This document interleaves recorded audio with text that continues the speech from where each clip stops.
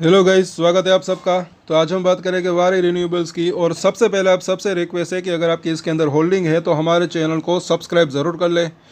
इसके ऊपर हम डेली टेक्निकल चार्ट के ऊपर एनालिसिस करते हैं और टेक्निकल चार्ट काफ़ी यूज़फुल रह सकते हैं। यहाँ पर जब आया था तब हमने बात की थी कि यहाँ पर जो है रजिस्ट्रेशन फेस कर सकता है 2000 के आसपास ही। हालांकि ये इसने हाई इंट्राडे में 2100 रुपये के आसपास का थोड़ा सा बनाया था, उससे थोड़ा सा आई थिंक नीचे है। उसके बाद अभी देखें तो ये कहाँ तक जा सकता है वो हम देखेंगे। आज के दिन तो अगर देखें तो पूरे मार्केट ही जो है उसके अंदर गिरावट थी। सबको पता भी है ज़्यादातर कि जो वो कुछ वॉर की सिचुएशन बनी हुई है, इस वजह से ये गिरावट थी। और ये अच्छी चीज़ हुई कि इसका सर्किट लिमिट जो है वो 5% ही था। अगर सर्किट लिमिट ज़्यादा होता तो ये भी हो सकता था कि ये ज़्यादा भी गिरावट आने की संभावना रह सकती थी। दूसरे कई शेयर आपने देखा होगा अच्छी खासी गिरावट थी। अब ये कहाँ पर जा सकता है उसके बारे में हम एनालिसिस करेंगे। यहाँ पर अभी अगर देखें तो आज के दिन थोड़ा सा, एक तो ये जो है सपोर्ट है वो हो सकता है वहाँ पर। अभी इस महीने ही अगर देखें तो वारी एनर्जीज का आईपीओ आ सकता है। इस वजह से ज़्यादा गिरावट की अभी संभावना तो जो है वो कम दिख रही है। सपोर्ट एरिया जो है वो अभी भी करीब दिख रहा है। बाज़ार संभलता है, याद रखें, बाज़ार संभलता है तो वापस से इसके अंदर वो स्ट्रेंथ आ सकती है। लेकिन हाँ, अगर बाज़ार के अंदर ज़्यादा गिरावट आती है, ज़्यादा टेंशन का माहौल होता है तो इसके अंदर भी गिरावट आ सकती है। क्योंकि जाहिर सी बात है कि अगर बाज़ार गिरता है तो सभी शेयरों के ऊपर जो है थोड़ा बहुत इम्पैक्ट इसका पड़ सकता है। लेकिन एक चीज़ है कि लॉन्ग टर्म की बात करें तो एक अच्छी तेज़ी की संभावना रह सकती है, क्योंकि रिन्यूएबल सेक्टर के अंदर है, ये भी ना भूलें। और अब इसके क्वार्टर 2 के रिजल्ट साथ साथ उससे पहले इसकी सितंबर क्वार्टर की शेयर होल्डिंग पैटर्न वो भी जल्दी आ सकती है। उसके ऊपर भी हम डिटेल में चर्चा करेंगे।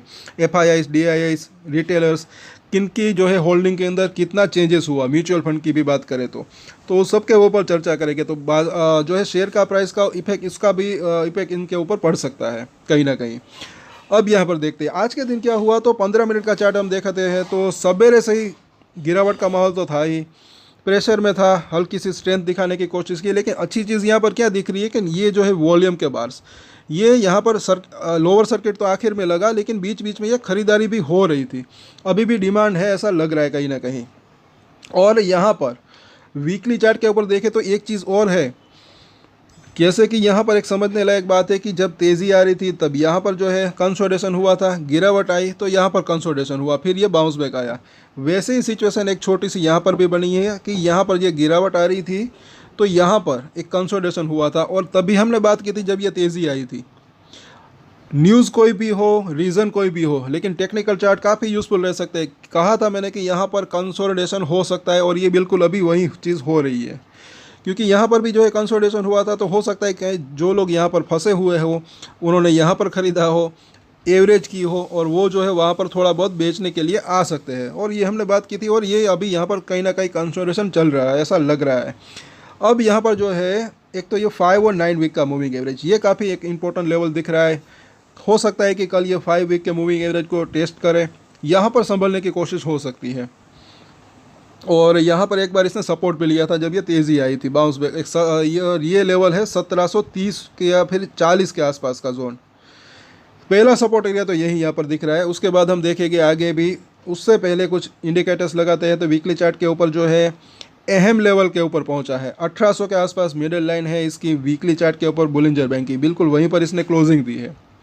तो ये जब तेज़ी आई, कई बार ऐसा भी होता है कि थोड़ा नीचे आने के बाद वापस से बाउंस बैक आने की संभावना इस तरीके से रह सकती है। तो थोड़ा बहुत नीचे आता भी है तो अगले हफ्ते या फिर इसी हफ्ते, अभी क्योंकि फ्राइडे तक आते आते कहाँ पर क्लोजिंग होती है वो भी देखना बनता है। तो यहाँ पर अगर देखें तो या तो फ्राइडे तक आते आते या तो अगले हफ्ते वापस से इसके ऊपर निकल जाता है तो वो अच्छा रह सकता है। उसके बाद ये ऊपरी लाइन है जो कि 2350 के आसपास है, वहाँ तक जाने की संभावना रह सकती है।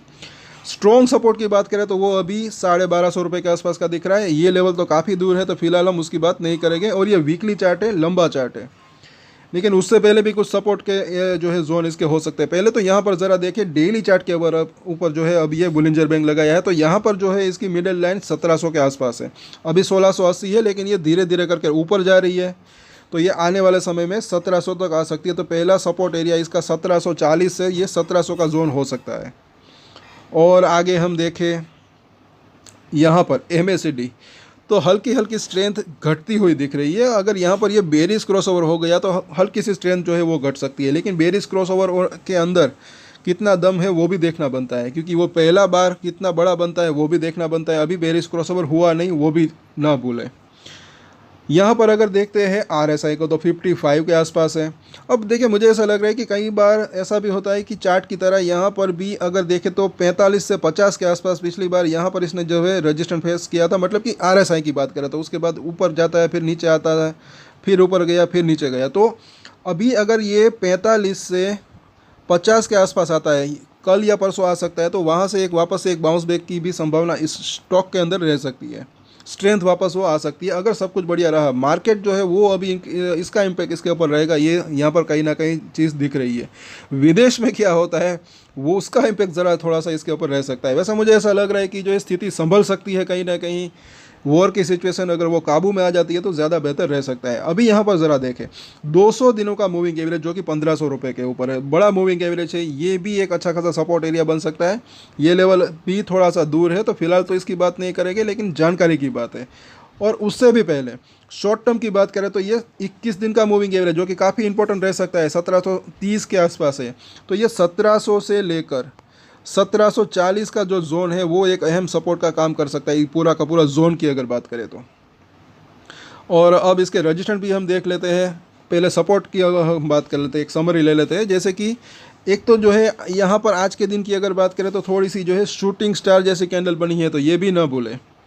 तो कल के दिन जो है गिरावट आने की संभावना तो रह सकती है, क्योंकि ऊपर ये टिक नहीं पाया, और आज तो जाहिर सी बात है पूरा मार्केट ही गिरा हुआ था। और यहाँ पर भी जो है इसने जो सपोर्ट लिया था जो कि 1700 के आसपास है, वहाँ पर इसको एक अच्छा सपोर्ट मिलने की संभावना रह सकती है। तो पहले सपोर्ट की हम बात कर लेते हैं। गिरावट आ सकती है तो पहला सपोर्ट जो है 1740, उसके बाद जो है 1700 का लेवल, 1 से 2 दिन की बात करें उसके नीचे जो है तकरीबन 1650 रुपये के आसपास का जोन। तो शॉर्ट टर्म के ये जो है इसके सपोर्ट दिख रहे हैं।